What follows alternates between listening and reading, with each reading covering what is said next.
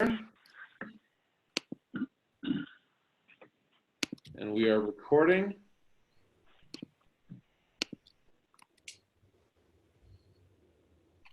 And for those of you just joining, we're gonna take the next 30 seconds or so and let everybody else get on before we jump in here. So thank you all for coming. All right. So thank you for joining us for this panel discussion about life and business in the time of COVID-19. I am not on mute this time, and I am going to say, so once again, thank you very much. This is our second panel discussion surrounding our new normal today. And today we're going to focus on business, finance, and economic issues. My name is Ian Campbell. I'm the CEO of Mission Suite, and this is the second in a series of panel discussions that are being hosted by Brian Cook, founder and managing partner of the Insurance Loft, Justin Davis, managing director of Soaring Tech, and myself to address some of the myriad questions that we're all asking right now.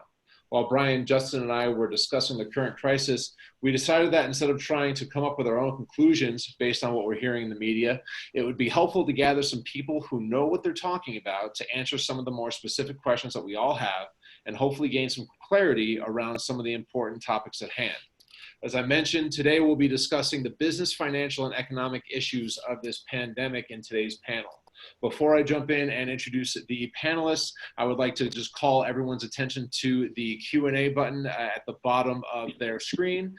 So all of our attendees, as you have questions, please feel free to leverage that and ask some questions along the way. And at the end, Justin will jump on and we'll be answering those questions as they come up. And now I'm excited to introduce our panelists. David Silverman is an attorney who founded his law firm in Los Angeles in 1983 and has 37 years of law firm ownership, representing companies from startup to Fortune 500 and providing transaction and litigation legal services as outside general counsel. He opened his Colorado office in 1995, and he grew the firm into a multi-state business operating nationwide, representing the country's largest financial institutions and insurance companies, headquartered in Colorado with offices in Colorado, California, New Mexico, and Wyoming, and 60 employees. Over his career, he's directed a total of 3 successful business reinventions of his own law firm and is currently president of the Rocky Mountain chapter of the Turnaround Management Association and is in development with Ramos Law to build and lead their new corporate business division. Remy Brim is a returning panelist with us. We're excited to have her back. She is a scientist and healthcare expert focused on strategic policy and advocacy support for clients with FDA-regulated products, such as drugs, medical devices, food, and supplements, navigating the complex regulatory and political landscapes required to advance the discovery, development, and delivery of innovative products. Prior to joining the BGR group, Remy was the senior FDA policy advisor to Senate Health Committee ranking member Patty Murray. In this role, she was lead negotiator and advisor for U.S. Senate Democrats on FDA initiatives, including the 21st Century Cures Act and the FDA Reauthorization Act of 2017. Previously, she managed Senator Elizabeth Warren's comprehensive healthcare portfolio from 2013 to 2016, with emphasis on biomedical research, pharmaceutical, and medical device policies. And Chris Myers is a leader, business expert, and entrepreneur, never afraid to challenge the status quo. Ever the advocate for business owners, Chris is dedicated to understanding client goals and building strategic relationships to facilitate growth and innovation. Prior to founding Comploy, Chris held leadership roles at leading payroll and compliance companies, including Paychex and NetChecks. Identifying a need for more customizable solutions, he gave into his entrepreneurial spirit and created a one-of-a-kind payroll, HR, and benefits platform, offering his clients a transparent, cost-effective, and on-demand compliance experience. Chris and his team are dedicated to creating lasting partnerships, hinging on unmatched customer service, all-inclusive pricing, and a sincere commitment to the success of his clients. So first of all, to the 3 of you, thank you so much for being here. I really appreciate you joining again. So we do have some questions here, kind of as a starting point, but I'm interested just to kind of get everyone's perspective on kind of where we stand right now financially. We're hearing a lot of things, or well, business-wise, I suppose, more accurately than financially. We're hearing a lot of things from a lot of different people talking about the fact that the economy is closed, that we've shuttered commerce, that we've done a lot of things, and I understand that there's a lot of fear out there. And I guess from starting off, Remy, with you, I'd love to hear your perspective from a kind of national and DC perspective, and government perspective, I suppose. And then David and Chris, I'd love for you to jump in and see and kind of give us a pulse of what's going on locally. Sure, happy to do that. Thanks for having me back again. You know, as Ian mentioned, I'm a healthcare nerd at heart, but I think all of us, no matter what field we're in, have become Corona experts very quickly. And at the BTR group, we have folks that are working not just in the healthcare side of things, but also tech, telecom, international, financial services, and we have a small business sort of working group within our firm right now. So we have all gotten intimately involved with both the passage of the CARES Act, as well as looking at how that money rolls out, because at the end of the day, whether you're a drug company or whether you are a restaurant, you are a business in America. And right now it's a really uncertain time. So last Friday, it seems like longer than that, but Congress passed what's now known as the CARES Act. It's a $2 trillion stimulus package. It's the largest stimulus package ever passed. So bigger than after the Great Depression, bigger than after the financial crisis in 2008, bigger than after 9/11. And, you know, I think we all expect that that is just the first of many things to come. Most of that money goes to smaller businesses and states, so being rolled out in different ways. I think one of the hot topics on the plate for today, which I'll let the experts talk about, is the Paycheck Protection Program. That sort of opened up already, you know, Friday. SBA is sort of open for business, and I think folks are realizing pretty quickly that SBA is a pretty tiny part of the federal government. They are not someone part of the government that's used to getting a large influx of applications and a large influx of interest in them. And already we're seeing sort of between the technical difficulties and sort of a lack of manpower there to be able to get this sort of mass quantity of money out the door.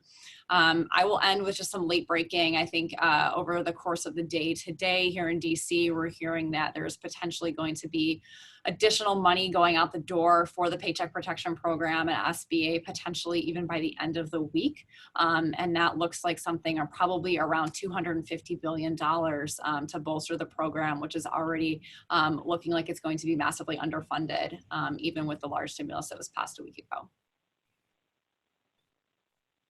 Excellent, thank you, Remy. David, how about can you kick us off on what we're seeing locally here? David, you're muted.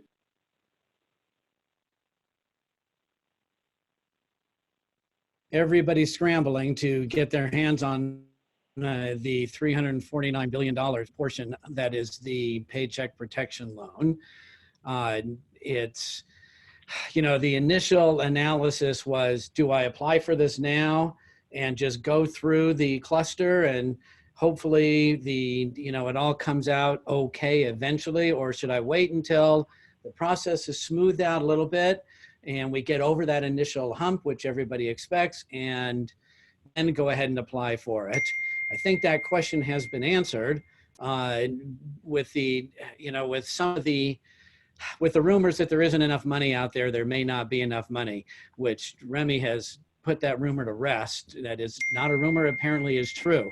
And we just read in the Washington Post just last night that Congress was negotiating a new package number 4, which isn't expected out until the 4th, probably another 3 or 4 weeks perhaps, but this now, what Remy calls 3.5, appears to be a reality. So that's going to make a lot of people happy. Here in Colorado, we're going through the same thing that everybody else is, obviously. But I will tell you, I am optimistic. I truly believe that we're going to come out of this a lot quicker than everybody, not everybody, but than most people anticipate. This is a one-of-a-kind situation. And I don't think that the numbers that the unemployment numbers have the same structural background as from 9/11 or especially from 2008 when there was something fundamentally wrong uh, with our financial structure. We don't have that now. And I also happen to believe that when everybody is phased back into work, that everyone's going to get out there and it's going to be a gigantic relief of, big sigh of relief, and it's going to be a quicker recovery than everybody anticipates. Yes, I'm an optimist and I'm the chief morale officer around here, so that's the role that I'm going to continue to take. The companies that I have spoken to, and I've been trying to collect as much anecdotal information from my clients as possible, is that the process is really simple.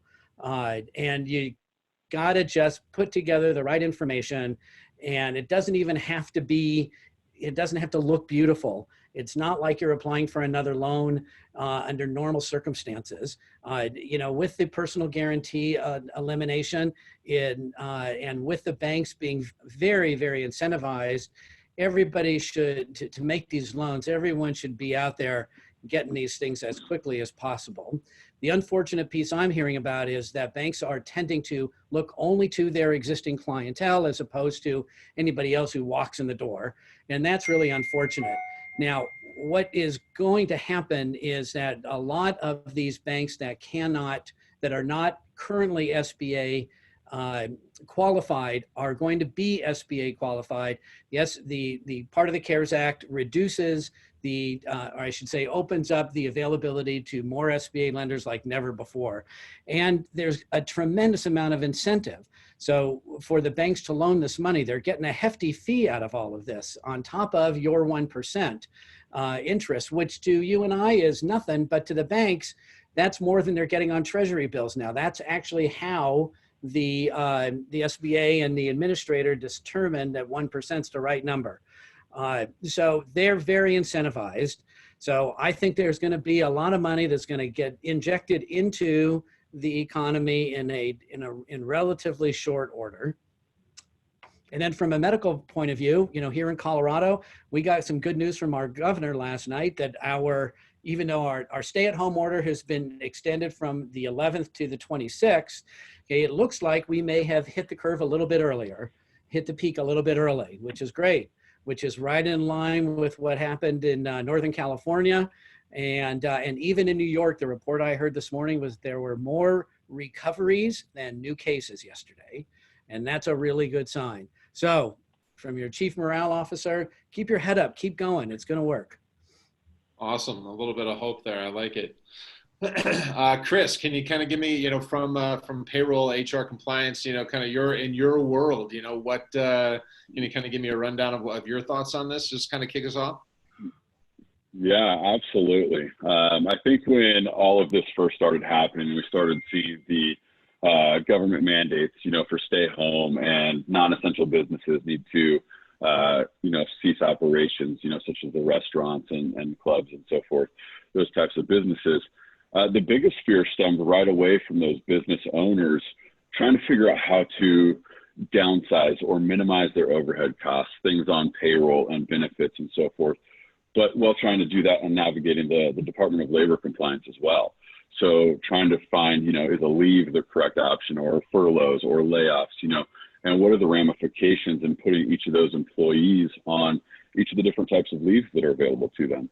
Does the employer still have to pay for those benefits or still offer unemployment? Is unemployment available to those employees and so forth? So a lot of the fears that we have seen have come from the fear of the unknown. How do we manage this, and how do we take advantage of this? As we've seen the rollout of the Paycheck Protection Program and the CARES Act, we've seen a lot of employees start to maybe slow down on some of those layoffs that they're doing and take a minute and wait for the information to come out to them. How do I apply for this? What is the amount that I can apply for? So we've really been trying to work with our different legal teams, our different HR teams, all of the different research that we have available to us to provide as much of the information as possible and provide the information in as quick of a manner as possible to help these employers get ahead of on the application process for the PPP. As Remy and David have already mentioned, the fear of running out of money has been in a lot of these business owners' minds. And so they're trying to get access to these funds as soon as possible. With all the information that's been coming out, it's really just been trying to manage and sort through all of it in a timely manner for each of the employers. And that seems to be their biggest concern. Excellent. Appreciate it. Oh, David, Yeah. you're muted again. I'll learn how to work that button momentarily. I'd like to, Chris, can I ask you a question? Do you now have a program Sure. ready for your clients that can just spit out all the payroll related information that constitutes payroll costs under the PPP? Yeah, so we've gone ahead and built out different reporting, customized canned reports for our clients. So that way they can go right in through our system and pull down the different payroll registers needed for the payroll protection program. There's also been really other, yeah, thank you. There's also been some other guidance in regards to the Families First Act. That, we've got this new emergency PTO policy, we've got this extended FMLA policy, and being able to track those as well. So one of the things that a lot of payroll providers like ourselves are out there doing is creating different ways to be able to report and track those as well for the different acts. So it's really just a matter of trying to stay in front of and on top of these different bills as they get passed and signed into law, and figuring out how best to track it, because at the end of the day, with all the different tax credits that are going to be available to everybody, being able to track and report this is going to be key as well. So we're trying to figure all that out on a daily basis. Excellent, excellent. So, David, you and I kind of kicked this conversation off mid or late last week in talking about the CARES Act specifically. Can you kind of give us a quick rundown, a brief rundown of exactly what it is for kind of just, I mean, from your perspective as a lawyer, for everybody on the panel? Sure. The CARES Act is giving us $349 billion for small businesses. The entire act and the interim final rules, and I know those two words don't necessarily make sense next to each other, that just came out from the SBA, make it all very clear that the purpose of the act and all these final interim final rules are all geared towards making certain that employees get paid, and they get paid via their small businesses. So the point is to keep the small businesses and their employees employed. And if you look at the act through that lens, then it's really, that's one of the things that gives me great reason for optimism. Now, the way that you can work this, in addition to the PPP program, is the Emergency Injury Disaster Loan. Okay, now this loan has been in existence with the SBA for quite some time, for a couple decades at least. Okay, but what they did now was they said, we're going to make this loan, we're going to give you some more money for the government's funding this loan, even more than they normally have. And they've dropped the creditworthiness requirement, and they've dropped the requirement that there's a personal guarantee, and they've dropped the requirement that you have to look elsewhere before and exhaust all your alternative lending potential. The personal guarantee is dropped for loans under $200,000. Your interest rate is only 3.75%. Now, the big kicker on this is that you can apply for an immediate advance of $10,000, okay, and you're supposed to get that within 3 days. Now, I don't know if that's actually happening. I am, here are some of the anecdotal things that I've heard. I just heard that a religious organization locally got their $300,000 for the PPP. I have heard that some people have gotten that $10,000, but not a lot of people. Now, the great thing about that 10 grand is you don't have to pay it back. Even if you don't get your EIDL loan, you get to keep the $10,000 or whatever amount they give to you. The exact amount they give to you and the exact amount of the loan that you're going to get is still up in the air. But there is developing a strategy for how you determine which loans you want to take out in which order. And that's something that every business owner really should consider. Okay, one way to look at this is to get your PPP money now. Okay, and it's not difficult to qualify for. Just very briefly, because it's 25 pages of, and I don't want to go through all 25 pages, but it basically, if you're under 500 people, okay, and you haven't committed any crimes recently, and you're in business, you get 12 months worth of your payroll times 2.5. Okay, and it's a little more complicated than that. There's a lot more to it, but that's the basic. That's a basic deal. Okay, so what are you going to do with that 2.5 months worth of payroll? Well, the government wants you to spend it on payroll. Okay, now you can spend it on other things as well, but if you spend 75%, at least 75% of it on payroll, then the loan's forgiven. So it really is free money. Okay, now you can use the other 25% for pretty much anything you want, interest payments, rent payments, mortgage payments, but only interest on the mortgage. You really need to make sure you have a real account in place. The suggestion is that if you get either one of these loans, you take the money and you put it in a separate bank account. And that way you can track those funds from that bank account and where it's going. Okay, because if you can't track it well, then the forgiveness won't happen. Now, there aren't any additional, there's going to be more additional rules coming from the SBA on the forgiveness program, but that's a little further down the line. Okay, now strategy, what do you do first? Should you grab an EIDL loan or should you grab your PPP loan? There's a couple of different thoughts about it. If you can, if you need to reduce your payroll now, okay, let your employees get their unemployment insurance, which is really great for them because remember, they're getting their unemployment plus another $600 a week for at least 4 months. And I'm guessing the 3.5 or 4.0 is going to, might very well extend that. But you get that, then your employees are taken care of. Okay, and you go get yourself an EIDL loan and you can take care of some of the other things that you need to take care of. Okay, and then wait and apply for the PPP loan, in a month. And then when you get that loan and the economy starts to come back, people are going back to work. Now you've got the government's money to make payroll during that time period. Okay, now there's some flaws with that strategy. We may be running out of money. I don't know if that's really true or not, but apparently that's what the thinking is in DC. But that is also, they're addressing that by getting more money. So you might want to consider that. There's also the disruption in your business. Your business before we jump into the disruption, I want to kind of touch on some of the things that we've kind of talked about so far, because specifically insofar as the availability of the money and kind of some of the avenues that they're being that is being sent through.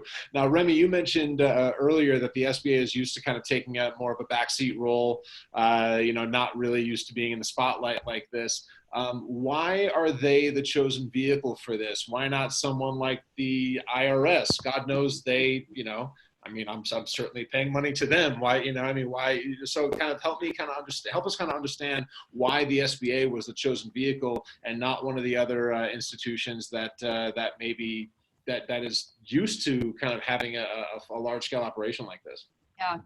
Well, if you note that some of the guidance that's been coming out about the loans actually coming from Treasury because, they are used to dealing with sort of large quantities of money. That question sort of goes back to Schoolhouse Rock, how a bill becomes a law. The Finance Committee in the Senate oversees Treasury, IRS, tax, things like that. The Small Business Committee, which ran point on making sure that folks that were operating small businesses in America got money, ran point on running the small business provisions of the CARES Act. So they wrote the bill in the jurisdiction of which they sit.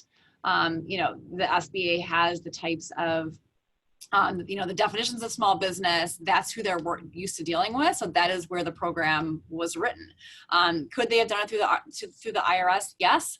But that's sort of not, if you think about, you have committees, then committees go to the full Senate and then you go to the House, the old school Schoolhouse Rock that doesn't really apply anymore, but some of those principles still hold. So because SBA has a loan structure in place, David talked about the different types of programs that they already have, building upon those those structures and not having to come up with structurally brand new programs, especially when these bills move so fast, was really important. You know, for Congress to move within a matter of weeks to get $2 trillion out the door is lightning speed. And I think that that also goes to, there's a lot of unanswered questions. If you have more time to legislate, you can do a lot more detail in the actual law and the legislative text. If you don't have time, you get something done really fast to move money out the door, and the agencies have to interpret that. One place we've seen this is in the affiliate rule. Long story short, I am not a small business person, but if you are a VC-owned business, you are considered to be an affiliate of the larger capital-backed entity that's giving you money. You know, no one really thought that all the way through when they were drafting, because they drafted this in 2 weeks by a bunch of people who are about 35 years old that don't have the sort of experience on the ground to know what that looks like. So now Treasury has basically said, look, we're going to take care of it. Don't worry. If you're VC backed, we're going to sort of take care of the affiliate issue, but they're having to do this. They're learning what's in the law, and they're trying to implement it all at the same time as they're getting these questions. So, you know, I think David spoke to that well. If folks have questions, they're likely questions other people have, and they're questions that don't have answers because the agencies that are implementing these programs haven't figured out the answers to those questions yet. And that's why we see the guidance change on a daily basis, which I know can be really frustrating. But this is sort of the fastest that government can possibly move, which I know is not comforting, but they are moving as fast as possible with as many flexibilities as I've really seen in recent times.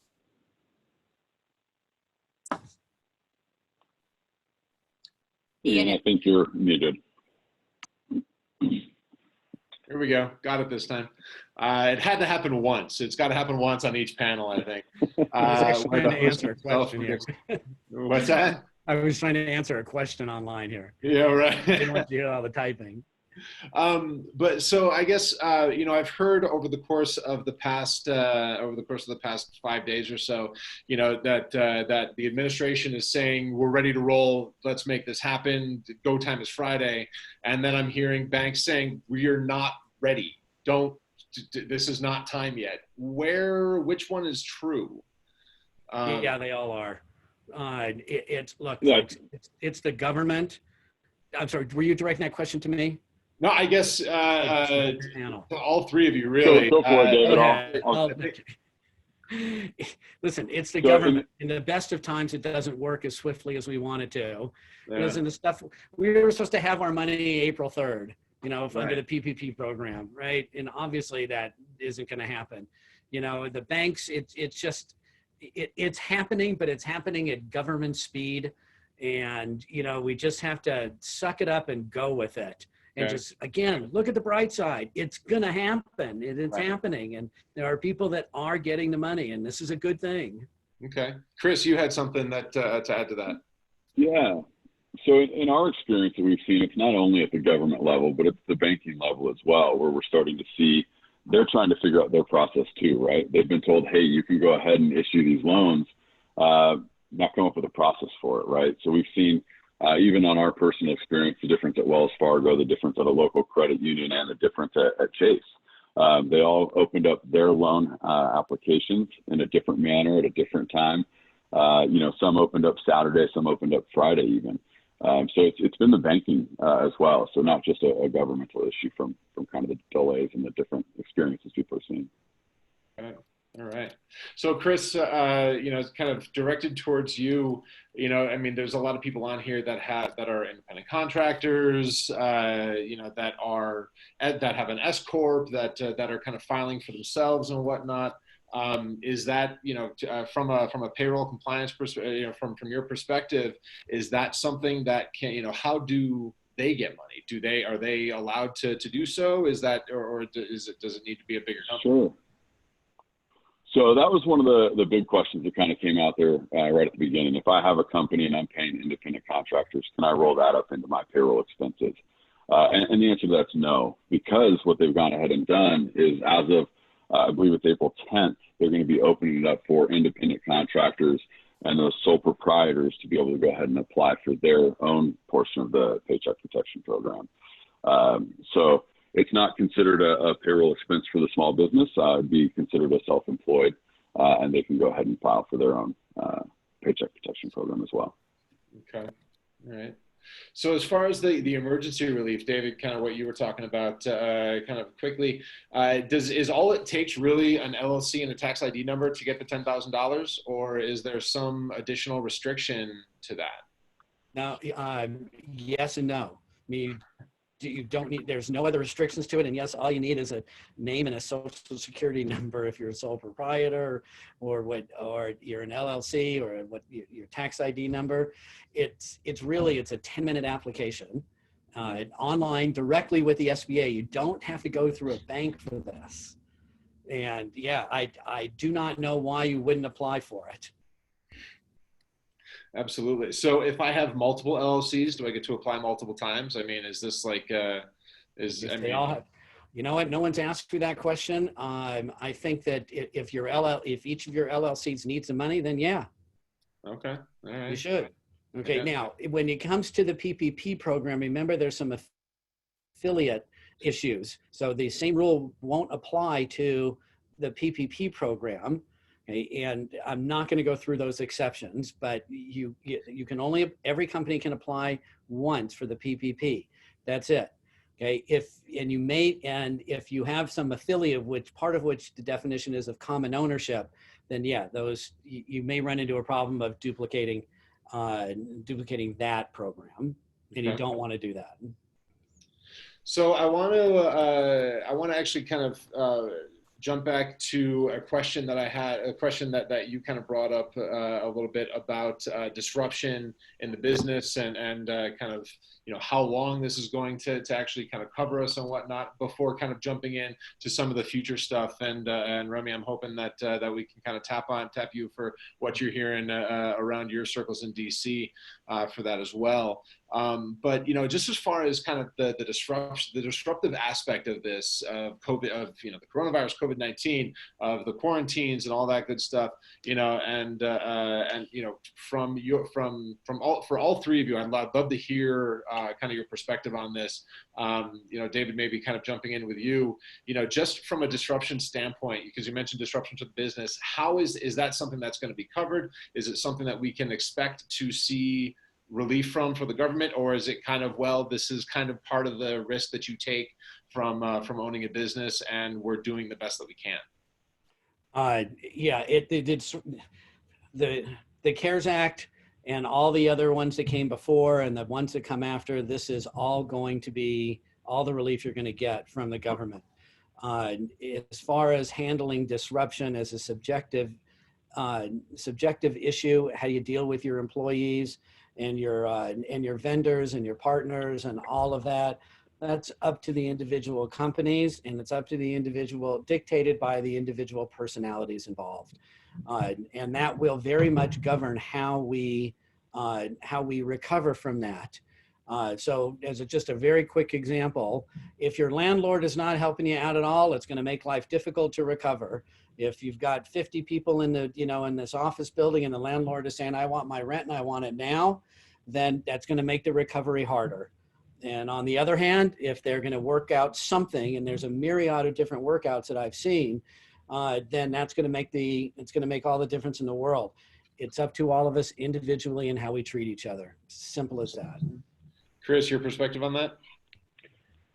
Yeah, I completely agree with David. I think it really comes down to kind of what is each person's social responsibility through this to work out a resolution, right? In the example of, the landlord standing there asking for their rent, if they can go back to their bank and ask for some sort of mortgage forgiveness and their bank can help them out, then maybe they can go ahead and extend that forgiveness down to the tenants and really make it so there's just a little bit more to go around for everybody else.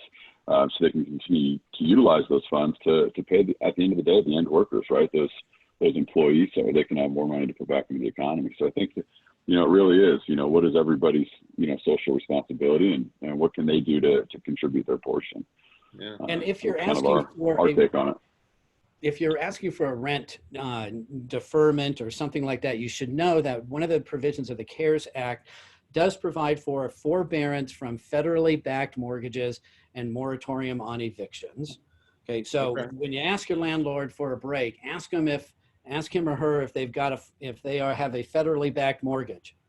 Okay, because if they do, then all they got to do is ask the servicer. They get it for 60 days, and they can even get it, I'm sorry, 6 months, or they can get it for up to 6 months, and you can even probably ask for more when that 6 months is over. So that's a saving that really should be passed on to you. Then also, you guys should also check your local, the local rules and legislation. Okay, here in Colorado, there's a moratorium on evictions in 3 counties: Denver, Mesa, Weld, and Boulder.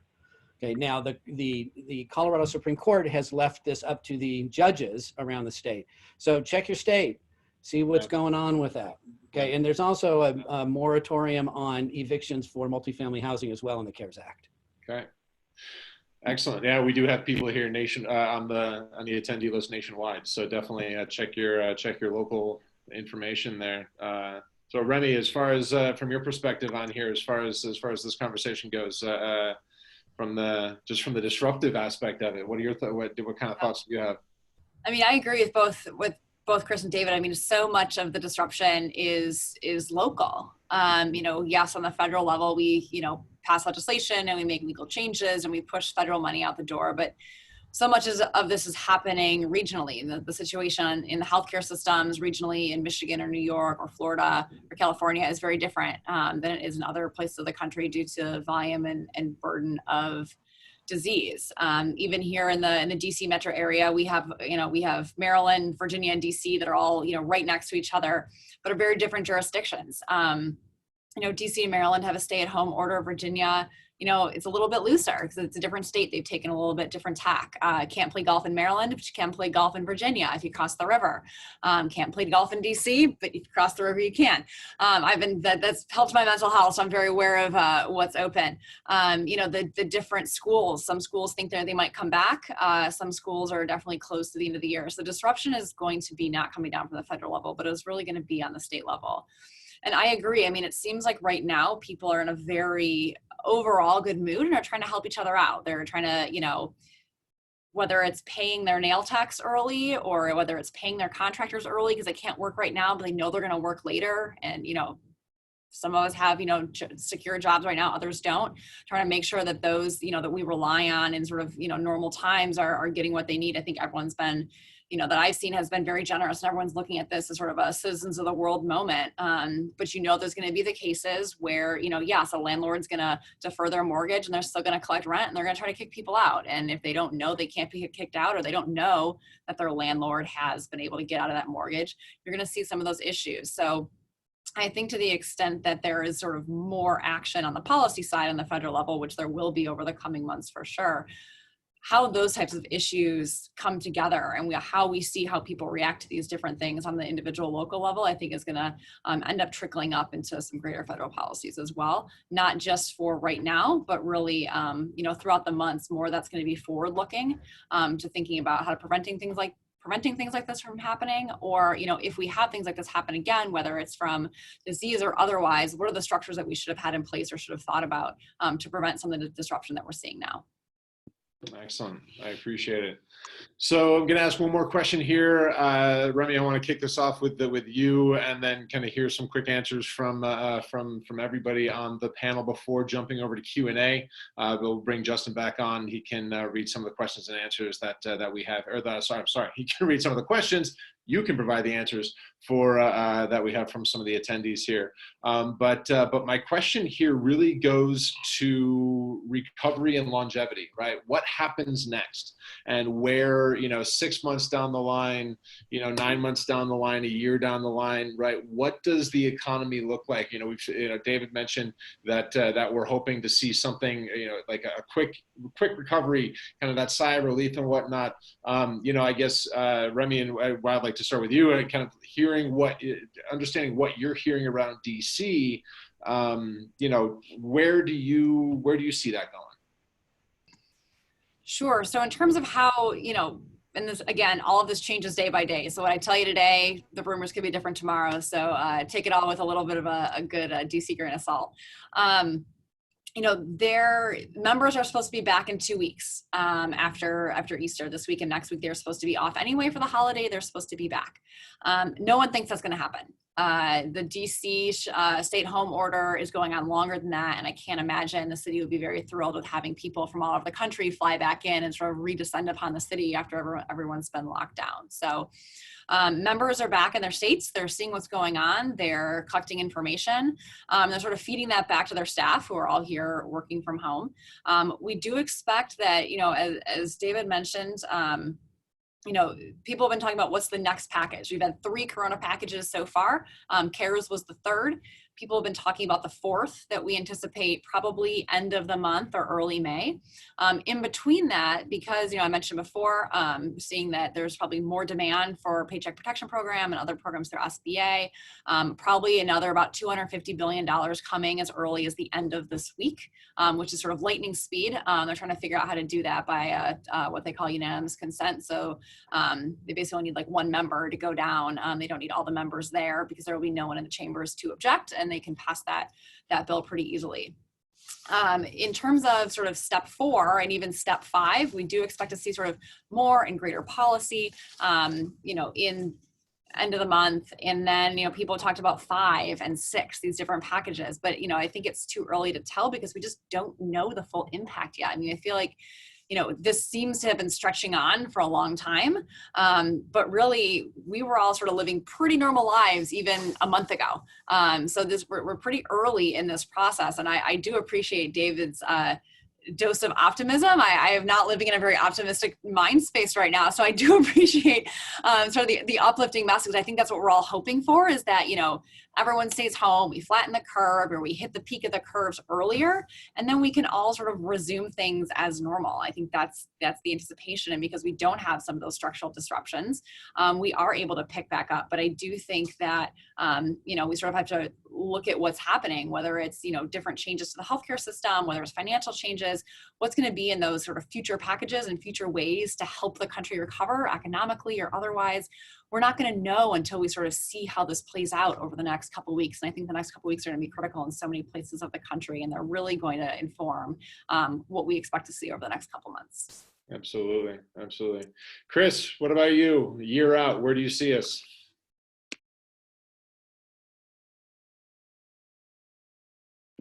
You're muted.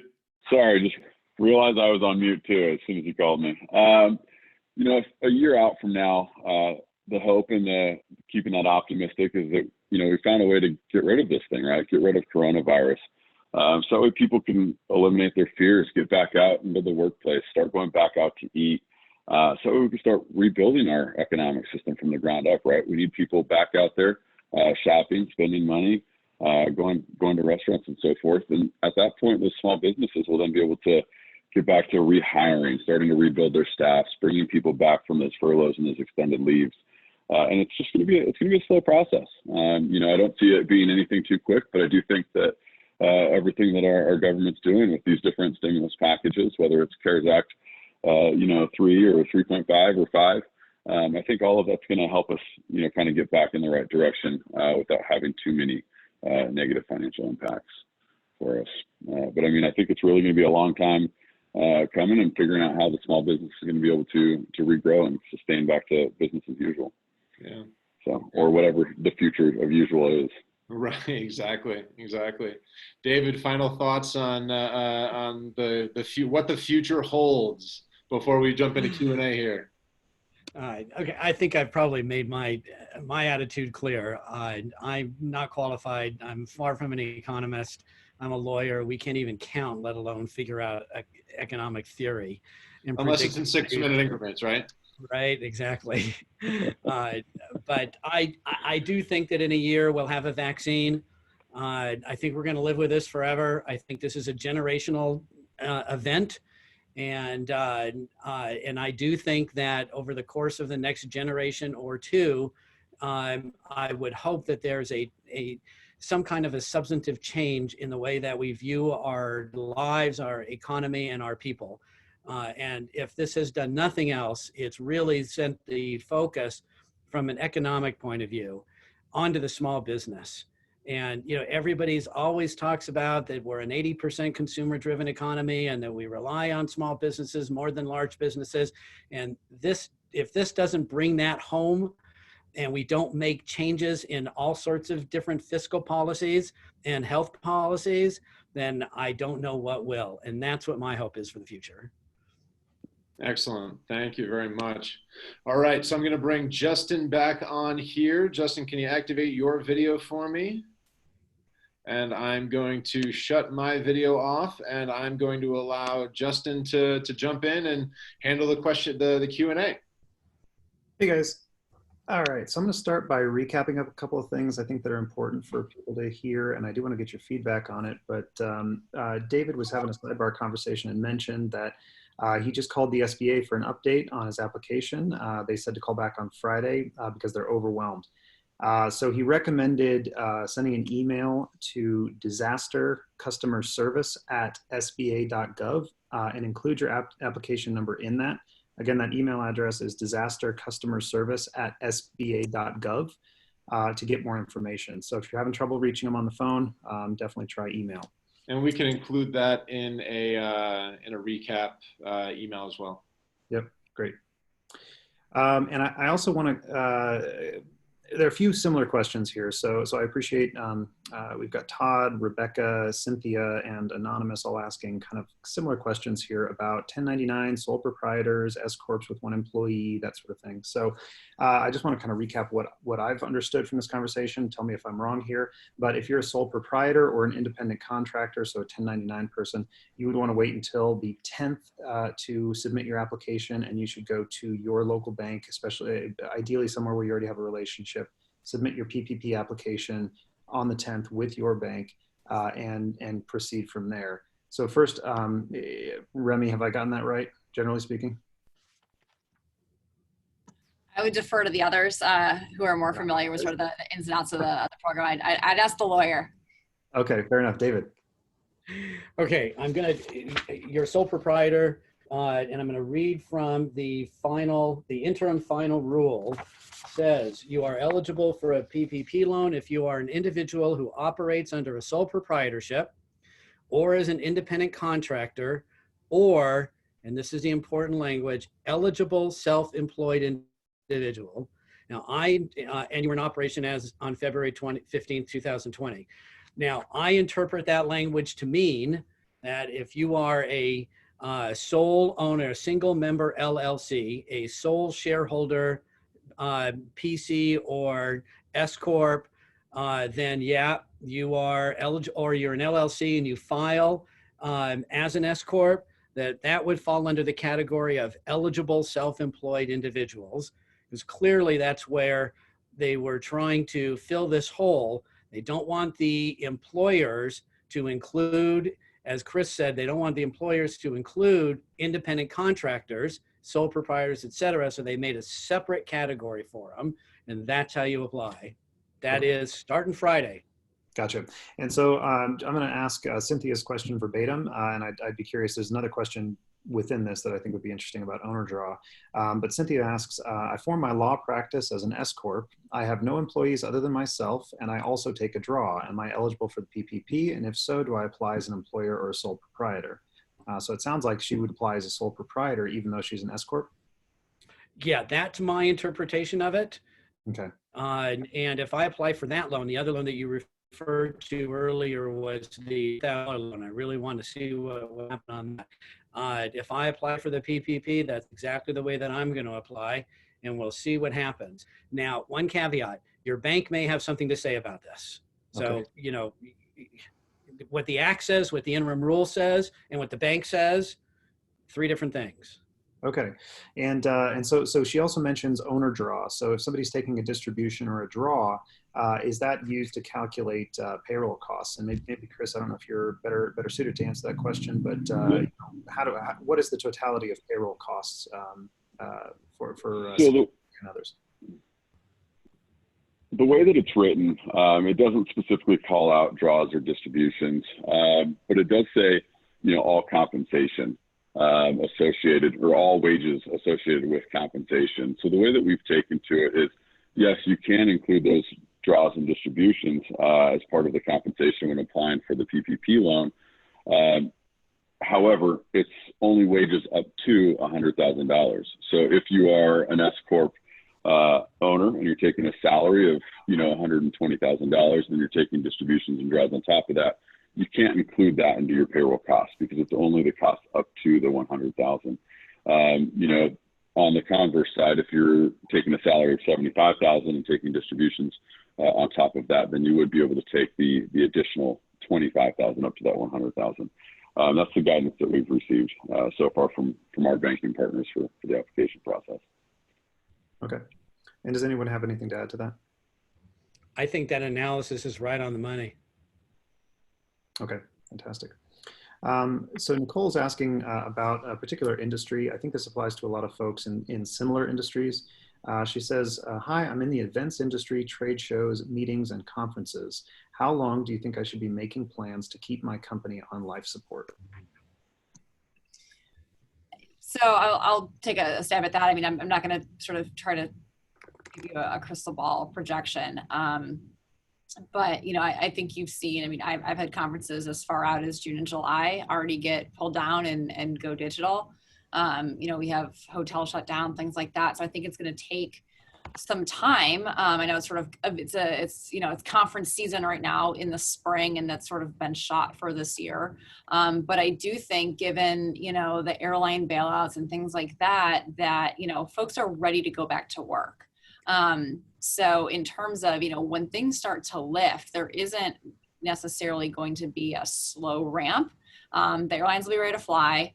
The hotels will be ready to take people. Their people want to get back to work. So, I think, again, it's going to be over the next few weeks, seeing what these curves look like and then projecting out. I have heard people say, probably not back to travel, summer travel will be disrupted to some extent this year, especially if we have states that, continue to not sort of take these stay-at-home orders seriously, and we have, sort of other outbreaks. But, my projection is sort of fall is when we might start to travel again. I mean, I used to travel all the time for work. I'm getting antsy, not being able to travel and things like that. But I do think this is going to stretch into summer and be really disruptive there. I don't know if others have different thoughts.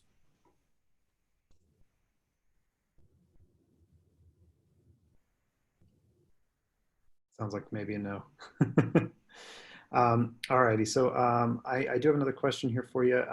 Should I be ready for any potentially negative impact? And actually, Remy, I'm going to pass this to you first. I would like to hear from a kind of a national federal perspective first, but should I be ready for any potentially negative impact on my business by participating in the CARES Act or PPP? I think what you mean by negative ramifications. It's a very lawyerly answer, politician answer.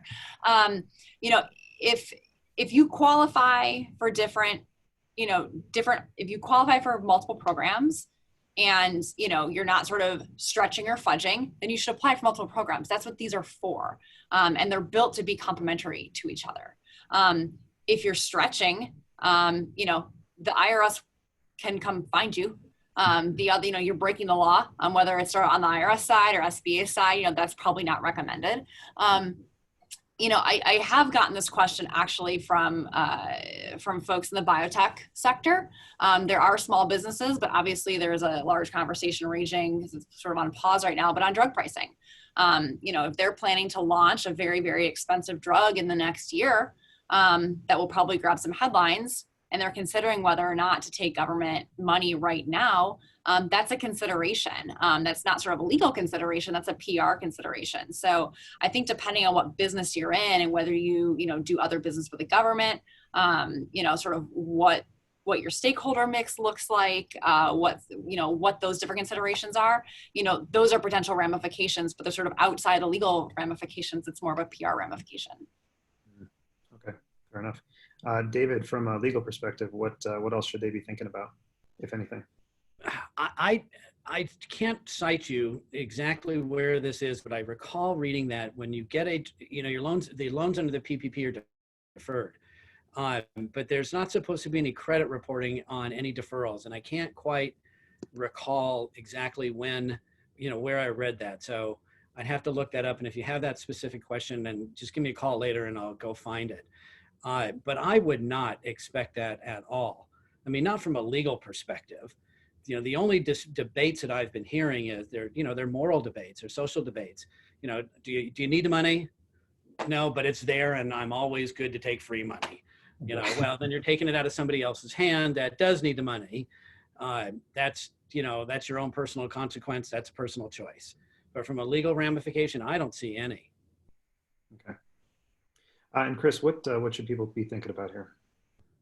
Yeah, the only thing that we've thought of as a negative ramification of taking any of these loans is, making sure that you're documenting where you're spending those funds, right? When it comes down time to year end, we get through all of this. We're all trying to go through different reconciliations. If you can't show that your PPP loan was used for wages and rent, and only 25% was used for things other than the payroll costs, you're going to have an outstanding loan that you're paying back with an interest rate. Or if you get the emergency disaster injury loan or the EIDL loan, same thing. You're going to have an outstanding balance that you're paying back with interest. So, make sure if you take these loans, you're using the money where it's earmarked for, and that you're keeping good records. Otherwise, you're going to have, you're taking on debt for the company at that point. So, making sure that you have proper accounting for it all. Yeah, that makes sense. All righty, well, I'm going to pass it back to Ian now so we can wrap up. Thank you very much. I'm going to hide my video here, and Ian, take it away.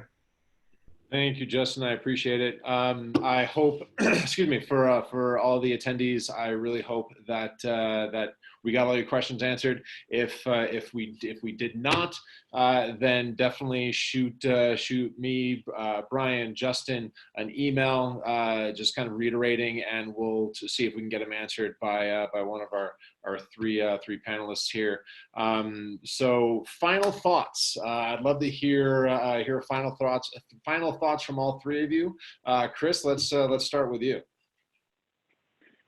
I think that this is a wild time, and I'm really hoping that it's something that we can all get through and, learn from each other how best to support one another. I mean, that's really all I've got for this time, but, be responsible, whether it's abiding by these, stay-at-home orders, or be responsible when it comes to taking the money, making sure that you're utilizing it right.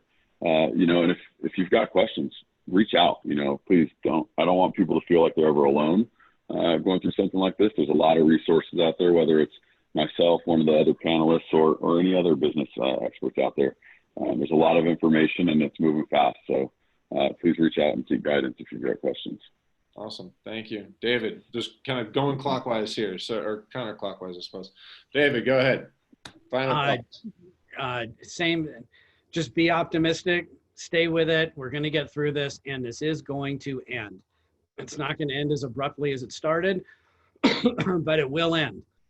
And so just keep your eye on the ball.